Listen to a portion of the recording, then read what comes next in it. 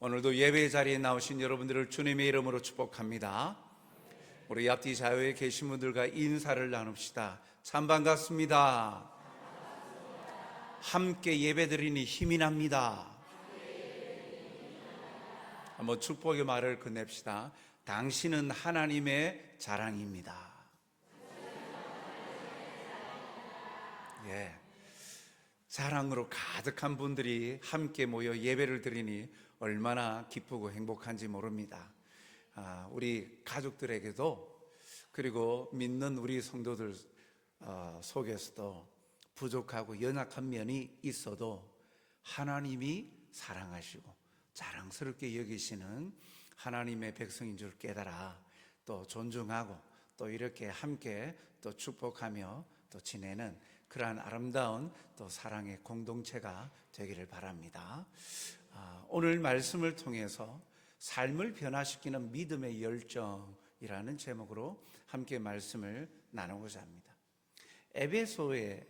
에베소라는 이 도시에 큰 소동이 일어납니다. 이 소동이 일어난 중심에 한 사람이 있는데 그 도시를 발칵 뒤집어 놓습니다. 바로 사도 바울입니다. 어떤 일이 일어났기에 이 에베소가 이렇게 혼란스럽고 또 발칵 뒤집어졌을까? 오늘 말씀을 통해서 보면 바울은 에베소 회당에서 3개월 동안 하나님 나라에 관한 말씀, 복음을 증거하고 권면하고 가르쳤습니다. 오늘 본문의 8절 말씀을 보면 바울이 회당에 들어가 석 달 동안 담대히 하나님 나라에 관하여 강론하며 권면하되, 3개월 동안 바울이 이 에베소에 있는 회당에 들어가서 하나님의 나라 복음, 이 예수님으로 말미암는 천국에 관하여서, 복음에 관하여서 가르쳤다. 가르치는 모습이 보니까 앞에 담대히, 주눅들지 아니하고 담대히 하나님의 나라 복음을 전하였다라고 말합니다. 그런데 바울은 담대히 자신감 있게 하나님의 나라 복음을 전했는데 반응이 어떠했습니까? 9절 상반절을 보니까 어떤 사람들은 마음이 굳어 순종하지 않고 무리 앞에서 이 도를 비방하거늘 바울이 그들을 떠났다라고 합니다. 담대히 자신 있게 하나님의 말씀을 전하였는데, 복음 천국에 관하여 전하였는데, 그런데 반응이요, 반대하는 이들이 많다. 오히려 비방하는 자들이 많았다. 다수가 바울이 전하는 내용에 관하여서 반대하였다라는 거예요. 다수의 반대에 부딪힙니다. 한두 사람이 아니라 다수의 사람의 반대에 부딪히면 대부분의 사람들은 어떻습니까? 위축이 들죠. 주눅이 듭니다. 위축되어지고 주눅이 들기 마련입니다. 그런데 사도 바울은 어떻게 합니까? 그곳을 떠나서 위축 들지 아니하고 9절 하반절부터 10절 상반절을 보면 제자들을 따로 세우고 두란노 서원에서 날마다 강론하니라 2해 동안 이같이 하였다라고 나옵니다.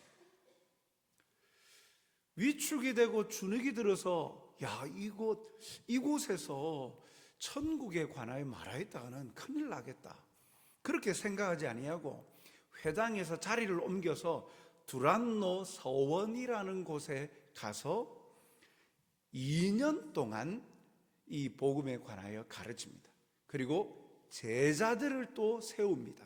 가르치고 그 가르침에 따르는 무리들 가운데에 이 말씀에 충성하는 제자들을 따로 세웠다라고 말하죠. 회당과 두란노 서원, 좀 성격이 다릅니다. 회당은 그 대상자들이 유대인들입니다. 유대인들은요, 흩어진 유대인들, 그 디아스포라, 흩어져 있는 자기 예루살렘, 이 유다 땅을 벗어난 타 지역에 살 때 10명이 넘어가면 회당을 짓습니다. 회당이라는 곳을 통하여서 하나님의 말씀을 강론하고 가르치고, 흔히 말하는 요즘식으로 말하면 예배도 드리고, 그리고 그곳에서 이 자녀 세대들을 교육 기관으로서 말씀을 가르치고 하는 기관으로 사용되어집니다. 그러니까 회당은 유대인들만 모여 있는 곳이에요. 근데 거기에 반대가 부딪히니까 두란노 서원이라는 곳으로 옮겨갔는데, 에베소 안에 이 두란노 서원은 다양한 사람들이 학문을 논하기도 하고 때로는 휴식 공간이기도 합니다. 그래서 에베소는 무역이 원활하였던 그런 중심지 중에 하나였기 때문에 유대인뿐만 아니라 다양한 나라 사람들, 여기 본문에 말하면 헬라인들, 다양한 사람들이 모여 있는 곳인데, 그곳에서 바울이 복음을 전하였다라고 말하고 있습니다. 바울은 복음 전하는 것에 비방받고 배척당하는 것에 위축받지 아니하고 담대히, 그리고 2년 동안 가르쳤어요. 자신이 하는 행동에 있어서 다수의 반대에도 불구하고 그것을 굽히지 아니하고 행동하는 것은 무엇입니까? 자기가 하고 있는 행동에 대한 확신이 있을 때 굽히지 않는 거예요. 야, 이게 맞을까? 아니, 사람들이 반대하는데, 사람들이 나를 비방하는데, 내가 잘못된 것 아닐까? 이렇게 마음이 흔들릴 때는 그가 하고자 하는 일을 계속 이어가지 않습니다. 방향을 수정하든지 멈추든지 하죠. 그런데 바울이 지금 복음 전하는 것을 멈추지 아니했다라는 것은 하나님의 말씀, 하나님의 나라, 천국에 대한 예수님을 통해 가르침 받은 복음에 대한 확신을 가지고 있었어요. 반대에 부딪혀도 다른 사람들이, 다수의 무리들이 자기에게 비방하여도 나는 이 길이 옳다, 바르다, 이 말씀이 틀리지 않았다라는 강한 확신을 가졌기에 굴하지 않고 전하는 것이죠. 그래서 부딪힐 때 꺾이지 않고 계속하는 것은 간절함이 있거나 확신에서 나오는 거예요. 하나님의 말씀을 가르치고자 했던 이 바울의 열정은요, 무엇으로도 꺾을 수가 없었습니다. 그래서 장소를 옮겨 다니면서까지 말씀을 가르칩니다. 이것을 열정이라고 할 수 있죠. 자기가 확신하는 일에 멈추지 아니하고 열심을 다하는 것, 반대에도 부딪혀도 굽히지 아니하고 계속해 가는 것, 열정입니다. 여기에 하나님은요, 바울에게 놀라운 능력을 더하여 주십니다. 하나님이 이 바울에게 주신 놀라운 능력은요, 병고침과 귀신을 쫓아내는 능력이었어요. 사도행전 19장 12절을 보니 심지어 사람들이 바울의 몸에서 손수건이나 앞치마를 가져다가 병든 사람에게 얹으면 그 병이 떠나고 악귀도 나가더라. 놀라운 일이 나타나죠. 아니, 의사도 아닌데, 복음을 전할 뿐인데, 복음을 전하는 이 바울의 몸에 대었던 물건이나 어떤 의류나 이런 것들을 가지고 다른 사람에게, 병든 사람에게 얹으면 병이 고침을 받고, 귀신 들린 사람에게 얹으면 귀신이 떠나가는 놀라운 일이 나타나는 거예요. 이 능력이 어디로부터 말미암았습니까? 하나님께서.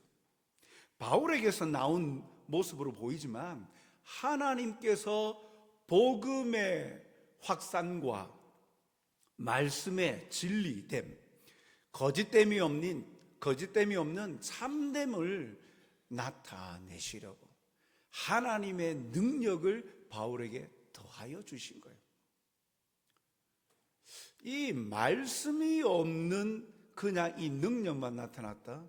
그러면 이 사람이 주목을 받겠지만 하나님께서 바울에게 이러한 능력을 더하신 것은, 이러한 복음을 전하는 열정에 이 하나님의 능력을 더하신 것은 복음의 확산과 복음의 참된 진리됨을 나타내게 하시려고, 잘 효과적으로 전달되도록 하신 것이죠.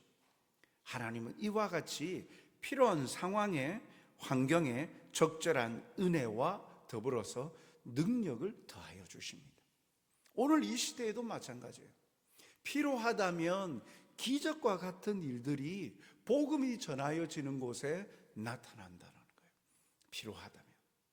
또한 이런 말씀의 바울 사역은요, 열매를 맺습니다. 결과가 나타나는 거예요. 10절 하반절을 보니까 아시아에 사는 자는 유대인이나 헬라인이나 다 주의 말씀을 듣더라. 사도 바울은 이 두란노 서원에서 가르치는 일을 2년 동안 하였다 그랬죠. 그러니까 이 두란노 서원에 오는 다양한 사람들, 지금은 지각 변동에 의해서 에베소라는 지역에서, 도시에서 바다는 굉장히 멀리 있어요. 좀 멀리 떨어져 있어요. 그러나 사도 바울 시대에는요, 에베소가 항구 역할을 합니다. 바다가 가까웠어요. 그러니까 바다가 가까운 항구, 무역 도시다 보니까 얼마나 다양한 사람들이 오겠습니까? 그러면서 정박해서 그곳에서 무역상들이 장사하고 거래를 하기 위해서 머무는 곳이 숙소가 발달을 하죠. 그리고 서로 장사하고 서로 이 현재 시세나 상황들을 이야기를 할 수 있는 장소들이 필요하잖아요. 휴식 공간들도 필요하잖아요. 아구라라는 시장도 있지만 이 두란노라는 서원을 통하여서도 또 함께 교제하는 공간이 되었어요. 그러니까 동일하게 빠짐없이 바울이 2년 동안 가르치니까 그 자리를 거쳐가는 사람들이 얼마나 많겠습니까? 그런데 오늘 본문에 보니까 아시아에 있는 유대인이나 헬라인들이 다 복음을 들었다. 이 자리에 와서 바울이 전하는 하나님 나라 천국에 대하여서 들었던 사람들이 또 자기 도시로 가서 들었던 인상 깊었던 것들을 전하는 거예요. 그렇게 해서 바울이 직접 복음을 들고 가서 교회를 세우지 아니하였지만 이러한 사람들을 통하여 세워진 교회들도 있죠. 그 대표적인 교회가 그 신약시대에 나오는 이 골로새서 골로새 교회가 이런 식으로 세워졌어요. 바울이 직접 가서 복음을 전하지 않았어요. 그러나 바울의 가르침 받는 복음을 들은 이들이 가서 그들의 도시에서 교회를 세운 거예요. 이러한 일들이 이렇게 역사가 나타난다는 거예요. 사랑하는 성도 여러분, 그치지 않는 바울의 복음의 열정이 어디로부터 시작되었습니까? 그것은요, 바로 믿음의 주이신 예수님으로부터 시작됩니다. 예수님을 만남으로 이 바울의 삶이 변화되어지죠. 그가 고백하는 내용을 보면 분명히 알 수 있습니다. 갈라디아서 2장 20절에 사도 바울이 이렇게 고백합니다. 내가 그리스도와 함께 십자가에 못 박혔나니 그런즉 이제는 내가 사는 것이 아니요 오직 내 안에 그리스도께서 사시는 것이라. 이제 내가 육체 가운데 사는 것은 나를 사랑하사 나를 위하여 자기 자신을 버리신 하나님의 아들을 믿는 믿음 안에서 사는 것이라. 이 고백은 바울에게 있어서 인생의 큰 전환점을 겪고, 그리고 인생의 방향과 목표가 무엇인지 깨닫고 고백하는 내용이죠. 한마디로 후반부에 보니까 무엇입니까? 내가 육체 가운데 사는 것은, 이제 내가 살아가는 인생의 목표는 하나님의 아들을 믿는 믿음 안에서 산다. 즉 예수님을 믿는 믿음을 전하고 믿음을 따라 행하는 것이 내가 살아가는 인생의 궁극적인 목표다라고 고백하고 있는 거예요. 자신이 죽어도 좋다. 내 안에 예수님이 사신다. 최고의 인생의 가치는 자기에게 있어서 그런 예수님을 믿는 자들을 잡아서 죽이는, 핍박하는 그 열심이 특심한 자 아니었습니까? 처음에는요. 그런데 다메섹으로 가는 길에서 예수님을 만나고 나서는 변화되어진 거예요. 예수님을 믿는 자들을 잡아 끌고 오고 핍박하는 게 인생의 가장 큰 열정이었고 열심이었고 목표였던 그가 예수님을 만나고 나서는 변화된 거예요. 이제는 예수님을 전하고 예수님을 믿는 믿음으로 살아가는 것이 자기 인생의 목표가 된 것이죠. 이렇게 담대히 하나님의 말씀을 전할 수 있었던 것도 이 예수님을 만나고 그 믿음이, 그 예수님의 가르치심이 옳고 진리임을 알게 된 것이죠. 다수의 사람들에 의해 복음 전파가 막혀도 굴하지 않은 것은 복음에 대한 확신과 그로 말미암는 날마다 누리는 은혜가 충만하였기 때문에 그는 멈추지 아니하고 이 두란노 성에서 2년 동안 쉬지 않고 하나님의 나라 복음을 전한 거예요. 은혜가 충만하기 때문에 자기가 믿은 믿음의 확신과 더불어서 날마다 누리는 은혜가 있을 때 고백하고 전할 수밖에 없었던 것이죠. 그래서 여러분 보십시오. 자기가 알고 있는 내용이나 그리고 무언가 이야기할 때 사람들에게 설득력이 있는 스피치, 이야기들이 무엇입니까? 자신감 있고 확신에 차서 이야기할 때, 아, 그런가? 그렇지 않습니까? 쇼핑 호스트들, 물건을 판매하면서 보십시오. 긴가민가 하면서 그렇게 판매하는 사람이 있습니까? 확신에 차서 자기가 직접 체험해 보니까 이렇다. 직접 옷을 입고 보여주면서 자신감 있게 확신에 차서 얘기하니까 설득력이 있는 것이죠. 상품을 판매하는 사람들도 그러한데 상품에 비교할 수 없는 생명을 살리는 진리의 말씀을 전하는 복음 전도자 바울은요, 자신이 이 말씀이 자신을 살리는 진리이고 자신이 죽어도 내 안에 예수님이 사신다면 나는 좋습니다. 최고의 가치, 예수님을 발견하고 나니까 멈출 수가 없는 거예요. 이 좋은 것을 함께 나누고 싶은 거예요. 그 마음은 주님의 마음이죠. 주님이 주신 마음이죠. 너만 됐으면 됐다. 너만 알면 됐다. 너만 잘 되고 구원받으면 됐어. 주님이 그러십니까? 아니지 않습니까? 모든 세대에 잃어버린 영혼들을 위하여서 복음을 전하고 구원의 길로, 생명의 길로 인도하고자 하시는 주님의 마음을 바울이 깨닫게 되어지니까 그 은혜에 감사하여서 멈추지 않고 복음을 전하는 것이죠. 이방인들에게 복음을 전하는 사도로 하나님께 그는 쓰임 받았습니다. 사랑하는 성도 여러분, 우리에게 말씀, 이 복음은요 어떻습니까? 이 복음에 대한 확신과 열정이 있습니까? 복음을, 말씀을 부끄러워하진 않습니까? 고린도전서 1장 18절 말씀해 보니까 십자가의 도가 복음이죠. 멸망하는 자들에게는 미련한 것이요 구원을 받는 우리에게는 하나님의 능력이라. 분명히 구원을 받는 우리에게는 이 복음은요 하나님의 능력이요 은혜라고 분명히 말씀합니다. 복음이 부끄러운 것이고 가치 없는 것으로 여겨지는 것, 부끄러워하는 것, 멸망당하는 미련한 자들에게는 이 십자가의 도가 가치 없어 보이고 부끄러운 것이에요. 우리가 예수님을 믿는다 하면서 신앙생활을 하면서 일상생활 가운데 예수님 믿는 것 자랑스러워합니까? 부끄러워합니까? 생각하게 됩니다. 그것 때문에 내가 어려움을 당하거나 조롱을 당하거나 비방을 당할까 싶어서 숨기고 다니지 않습니까? 입 밖에 내는 것을 부끄러워하지 않습니까? 두려워하지 않습니까? 고린도전서 말씀에 입각하면 그러면 우리는 멸망당할 자입니까?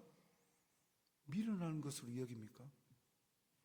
구원받은 우리에게는 십자가의 도가 하나님의 능력이라고 하는데, 하나님의 은혜라고 하는데, 우리끼리 모여 있을 때는 자신만만하게 외치면서 하나님, 또 예배드리고 찬송하는데, 동일한 신앙의 공동체가 아닌 하나님을 알지 못하는 이들이나 오히려 하나님을 비방하는 자들 속에 있을 때는 입을 다물고 말하는 것을 부끄러워하는 우리의 모습들은 없습니까? 복음에 대한 확신과 담대함으로 우리의 삶에도 하나님의 능력을 체험하며 살아가는 복된 자들이 되시길 주님의 이름으로 축복합니다. 하나님의 말씀이 증거되어지는 곳에 필요하다면 하나님의 능력이 함께 임하는 거예요.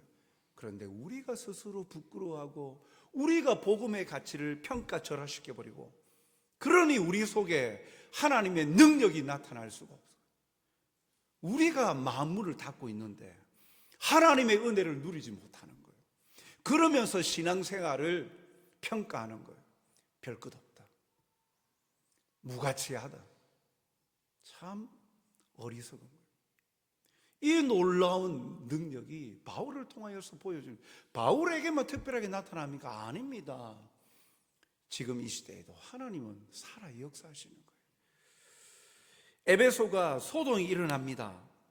사도행전 19장 13절 14절 말씀을 보니까, 이에 돌아다니며 마술하는 어떤 유대인들이 시험삼아 악귀 들린 자들에게 주 예수의 이름을 불러 말하되, 내가 바울이 전파하는 예수를 의지하여 너희에게 명하노라 하더라. 유대의 한 제사장 스게와의 7 아들도 이 일을 행하더니. 쉽게 말하면 바울이 복음을 전하는데 이 조금 전에 봤던 것처럼 병도 낫고 귀신도 떠나가는 일들이 나타나는 거예요. 그러니까 흉내 내는 사람들이 나오기 시작해요. 어떤 사람들이요? 유대인들 중에, 참 유대인이라면 하나님의 백성들인데 참 맞지 않는 내용이 나오죠. 여기 보니까 어떻게 해요? 마술하는 어떤 유대인. 그러니까 뭐 신접한 자들처럼 주술하는 비나이다 하면서 어떤 행위를 통하여서 그런 행동을 행하는 이들이 유대인들 가운데 있었는데, 그들 중에 누가 있었다고요? 제사장 스게와의 7 아들이 있었다. 물론 이 제사장이 이 성경에 나와 있는 성전에서 제사하는 제사장, 세움받은 이런 아론 지파, 또 이 지파 사람들이라고 볼 수는 없어요. 그들 스스로 자칭 제사장이다 하는 이들이 있었는데 흉내 내는 거예요. 그래서 귀신 들린 사람에게 오늘 본문 보니까 시험 삼아 바울이 전하는 예수의 이름으로 말한다 하면서 귀신이 떠나가나 안 떠나가나 시험해 보는 거예요. 그 결과는 어떻게 되었습니까? 15절 16절 악귀가 대답하여 이르되 내가 예수도 알고 바울도 알거니와 너희는 누구냐 하며 악귀 들린 사람이 그들에게 뛰어올라 눌러 이기니 그들이 상하여 벗은 몸으로 그 집에서 도망하는지라. 귀신 들렸던 자를 통하여서 내가 예수님도 알고 바울도 안다. 그런데 넌 누구냐? 예수님과 전혀 상관없는 너는 누구냐? 누구길래 예수의 이름으로 명하고 그러느냐라는 거예요. 그러면서 옷이 찢겨지고 벗겨져서 벗은 몸으로 도망을 가는 소란이 일어나는 거예요. 스게와의 7 아들들 입장에서 보면 이 얼마나 창피한 일입니까? 믿음이 없이 흉내 내는 것은요, 신앙이 아닙니다. 모습만 보십시오. 조금 전에 말씀에도 보면 바울이 전하는 예수의 이름을 말했다 그랬어요. 자신이 믿는 예수 그리스도가 아니라 바울이 전하는 예수. 흉내 내는 거죠. 자신의 신앙 고백이 아니잖아요. 예수님만이 귀신을 쫓아내고 그 능력이 있으시고 병도 고칠 수 있는 능력이 있으심을 믿는 그런 자신의 신앙의 고백이 아니잖아요. 그래서 의도 자체가, 시도 자체가 시험 삼아라고 시작하였죠.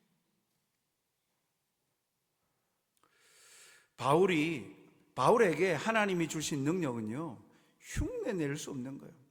믿음이 없는 열정은요, 헛된 것입니다. 믿음이 없이 흉내내는 것을 신앙이라고 할 수가 없어요. 그런데 여기에 속아 살아가는 이들이 많아요. 그리스도인들도 함께 공동체 가운데에 소속되어져 있는 소속감을 가지면서 그 공동체가 가지고 있는 성격, 그리고 그 가운데 일어나는 역사가 마치 자기에게 일어나는 역사인 양 착각하며 살아가는 사람들이 있어요. 예수님 믿는 사람들 중에도 예수님은요, 구원은 철저히 나와 하나님과의 관계에서 나타나는 겁니다. 하나님과 나와의 관계에서 예수님을 내가 누구로 시인하고 고백하는가, 그로부터 관계가 정립이 되는 거예요. 자신의 신앙 고백은 없고 내가 잘 아는 이웃, 내가 내 부모님, 내 가족이 믿는 하나님 따라다니면서 그 자리에 앉아 있다고 나도 자연스럽게 예수님을 믿는 것이냐 착각해서는 안 된다. 마치 오늘 스게와의 7 아들들이 흉내내는 것처럼 바울이 전하는 예수의 이름으로 명한다 하듯이 자신의 신앙 고백은 없고 믿음에 대한 고백은 없이 그 따라한다고 하여서, 행동을 따라한다고 하여서 역사가 나타나느냐? 아니라니. 하나님을 믿는 믿음으로 말미암는 은혜를 경험하느냐? 예, 물론 특별한 경우에는 그럴 때도 공동체 가운데 특별한 은혜를 주실 때도 있지만, 일반적으로 자신이 하나님과의 만남의 교제가 나타나는, 그로부터 신앙은 시작되어지는 거예요. 그래서 그 믿음을 달라고 우리는 간절히 기도해야 되는 거예요. 사랑하는 성도 여러분, 오늘 이 시대에도 복음의 모습만 흉내내는 교회나 그리스도인들이 많습니다. 껍데기만 가지고 있는, 종교의 행위만 가지고 있는 거예요. 신앙이 없는 거예요. 믿음의 고백이 없는 거예요. 이것은 시간이 지나면 이 환경이 익숙해집니다. 익숙해지니까 자연스럽게 자기 것인 양 착각하며 사는 거예요. 신앙의 연수가 쌓여가면 자연스럽게 믿음이 들어오느냐? 시간이 지나면 믿음이 들어가게끔 역사할 때도 있지만, 시간이 지난다고 자신이 고백하지 않는데 어떻게 믿음이, 그 고백이 이루어질 수 있겠습니까? 오해하지 마시기 바랍니다. 제가 말하는 중심은, 신앙은 하나님과의 관계 속에서, 나와 하나님과의 관계 속에서 해결되어야 된다는 거예요. 내가 고백해야 되는 거예요. 부모님이 열정적으로 섬긴다고 나도 그 믿음을 가지는 게 아니에요. 내가 사랑하는 사람이 예수님을 믿는다고 나도 자연스럽게 믿어지는 게 아니에요. 내가 하나님 앞에 나아가서 하나님께 고백해야 되는 거예요.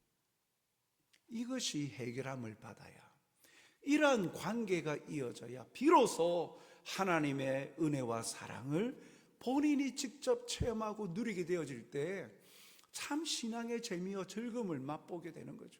이러한 믿음을 달라고 믿음이 없으면 간절히 내가 붙들고 기도해야 돼요. 하나님께서 나에게 가르쳐 달라고. 호구리는 스게와의 7 아들들처럼 흉내내는 그런 신앙인의 흉내만 내고 있지는 않는지 우리 자신을 돌아봐야 됩니다. 스게와의 7 아들로 인하여서 이 겪은 일이 이 에베소 전체에 큰 영향을 끼치게 되어집니다.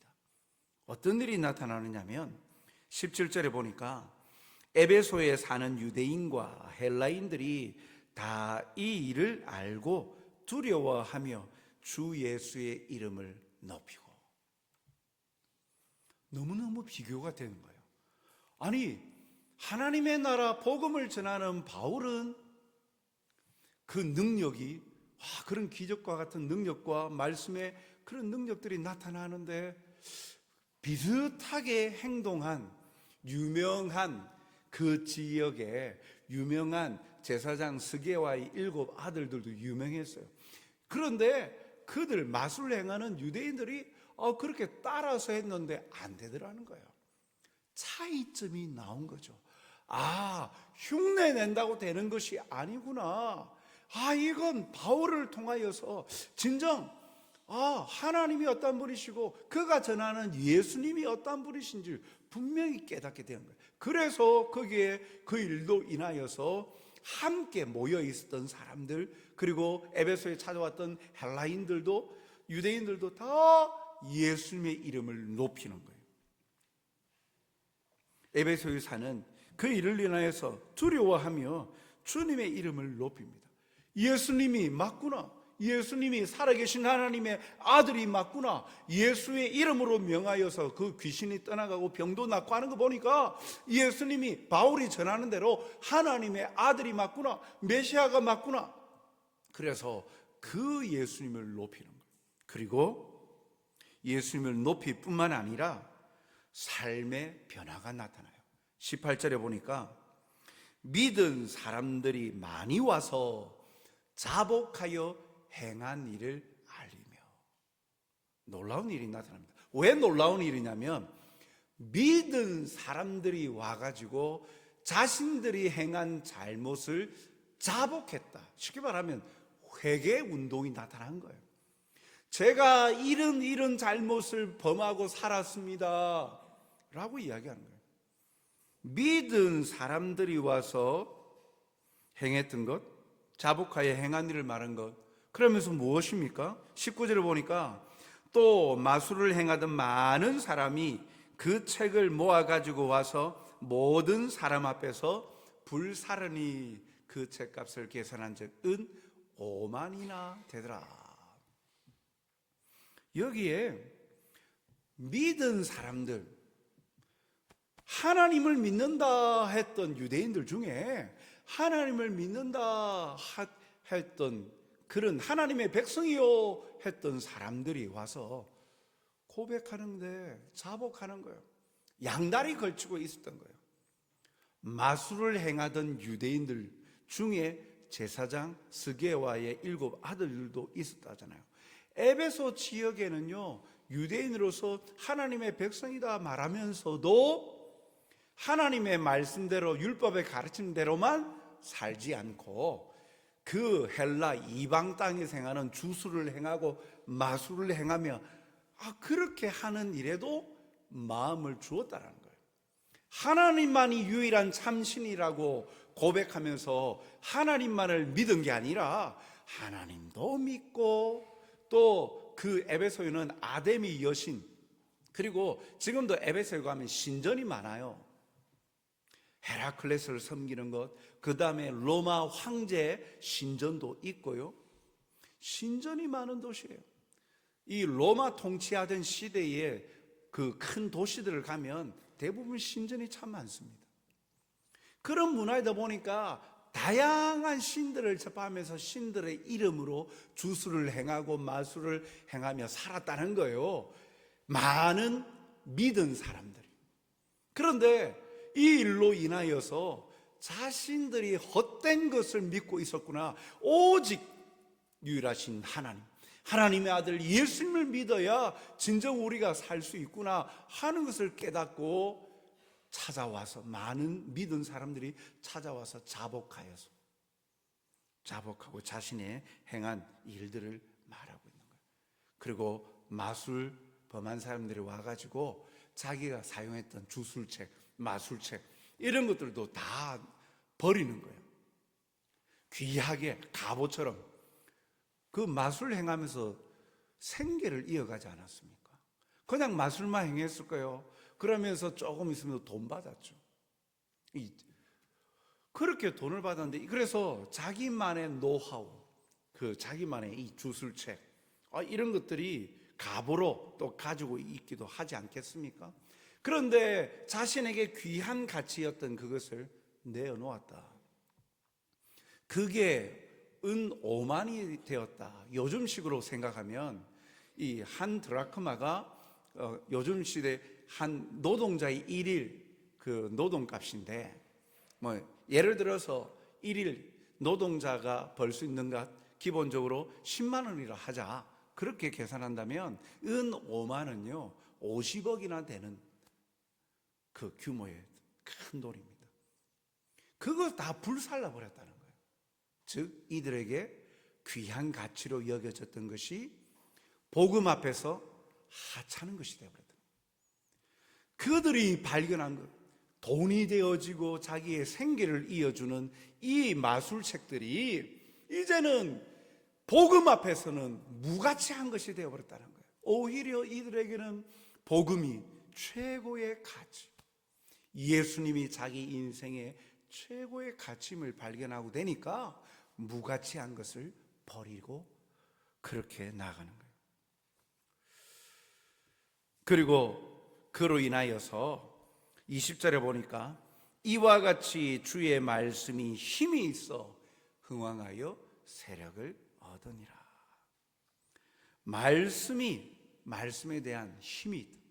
전파력이 강하여서 세력이 흥하여 세력을 얻는다. 무슨 말입니까? 말씀 앞에 믿는 자들이 많아졌다라는 거예요. 이 로마 시대의 아시아주의 최대 도시였던 에베소를 송두리째 흔들어 놓았어요.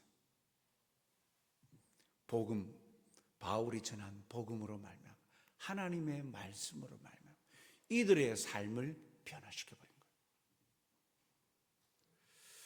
사랑하는 성도 여러분, 오늘 우리는 이 말씀을 통해 무엇을 또 묵상하며 가슴에 새깁니까?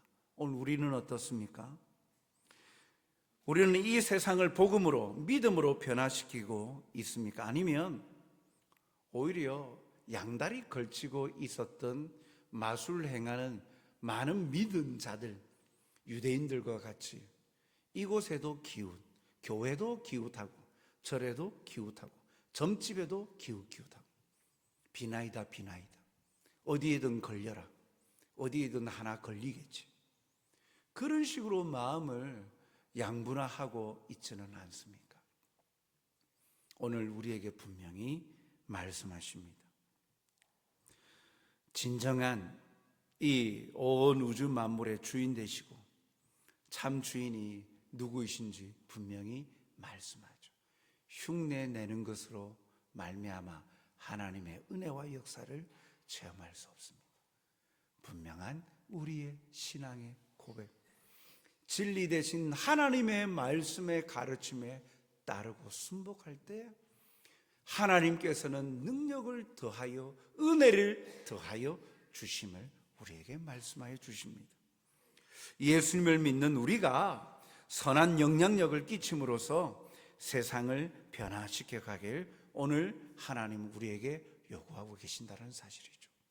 오늘 이 사실 앞에 우리의 모습을 돌아보고 양다리 걸치고 있거나 마음을 정하지 못하고 기웃기웃하고 있다면 정리하십시다.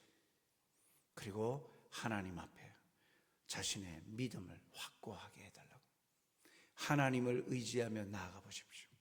하나님의 돌보심과 위로하심이 우리의 삶을 지배하고 다스릴 때 우리의 삶의 변화가 나타날 것입니다. 왜요? 하나님은 사랑의 하나님이시기 때문이에요. 누구보다도 우리를 사랑하시고 우리를 잘 아시고 좋은 것으로 선한 길로 인도하시는 살아계신 하나님의 하나님이시기 때문입니다. 이 하나님을 의지하고 믿어 우리의 삶에 시간마다 도우시는 은혜를 누리며 살아가는 여러분들이 되시길 주님의 이름으로 축복합니다. 사랑과 자비가 풍성하신 아버지 하나님, 오늘도 우리의 삶의 모습을 돌아봅니다. 말씀의 거울 앞에 우리를 비추어 봅니다. 믿는다 하면서도 우리의 마음을 다하지 아니하고 이곳 저곳으로 분산시켜 놓고 말씀의 가치를 평가절하하거나 부끄러워하고 있는 우리의 모습은 아닌지요. 진리의 말씀이요 생명의 말씀임에도 믿지 못하여서 그리하여 말씀의 가치를 우리 스스로가 떨어뜨리고 있는 것은 아닌지 오늘도 우리의 모습을 돌아보며 하나님 앞에 겸비하여 나아가오니 우리의 잘못을 용서하여 주시고 말씀을 의지하여 믿음으로 간구하오니 역사하시고 우리의 삶을 변화시켜 하나님의 평강과 긍휼의 은혜를 더하여 주시어서 감사가 넘치는 삶을 살게 하여 주시옵소서.